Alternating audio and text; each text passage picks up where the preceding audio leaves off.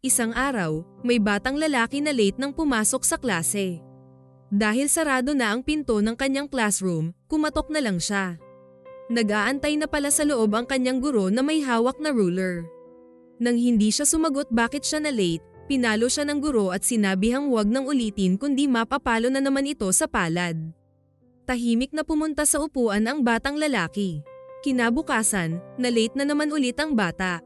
At gaya kahapon, may hawak na namang ruler ang teacher niya habang nag-aantay sa kanya.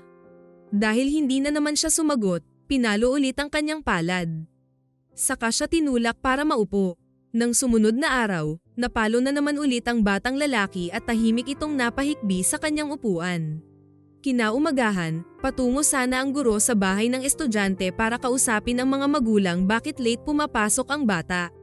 Ngunit namataan niya ito na tinutulak ang wheelchair ng isang babae. Dito nanliit ang guro sa sarili habang tinitingnan ang dalawa papasok sa isang klinik. Ilang saglit ang lumipas ay nagpatuloy na rin ang guro papuntang school kaya hindi na nito naabutan ang batang lalaki na tumatakbo palabas ng klinik.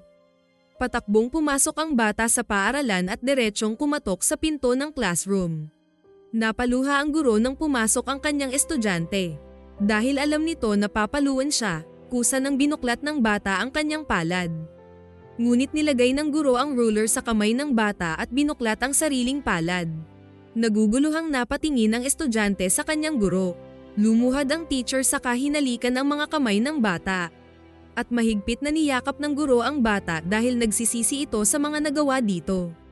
Ito'y isang paalaala na huwag sana tayong mapanghusga kahit kanino man. Maging mabait lang sana tayo sa ating kapwa dahil hindi natin alam ang kanilang kinakaharap araw-araw.